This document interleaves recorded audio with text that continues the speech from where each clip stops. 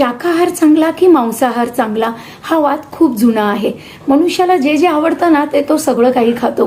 पाऊल कोएल्हो नावाचे लेखक म्हणतात, मनुष्य जे काही खातो त्यापेक्षा त्याच्या तोंडातून जे बाहेर पडतं ना ते जास्त वाईट असतं.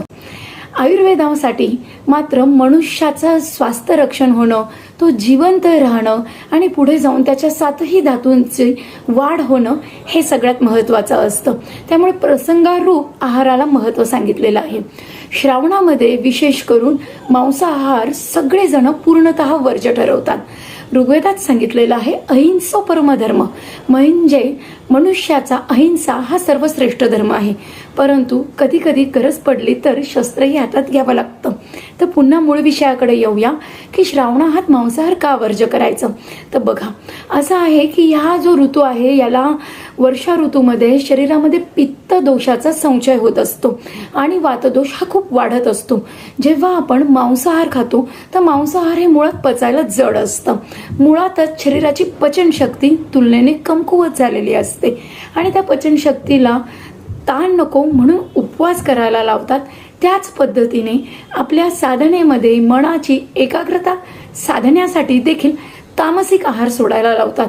तमगुण रजोगुण वाढवणाऱ्या आहारांमध्ये मांसाहार, लसूण, कांदा याचा समावेश होतो. म्हणून देखील या आहाराला विराम द्यावा असं याद्वारे सूचित केलं जातं.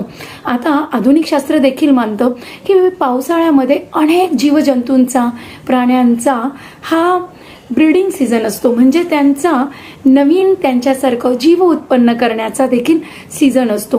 तर यावेळेस त्यांना आपण जर हंटिंग केलं, त्यांची शिकार केली, मांसाहार खाल्ला गेला तर जी प्राणसाखळी आहे ती देखील तुटली जाते.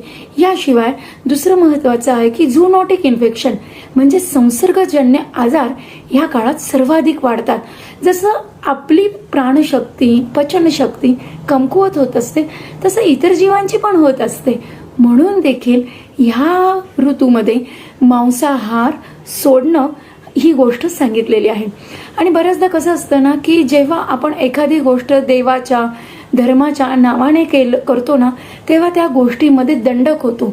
म्हणजे नाही म्हणजे नाही तर मनुष्य हा असा प्राणी आहे ना, अतिशय स्वार्थी आहे.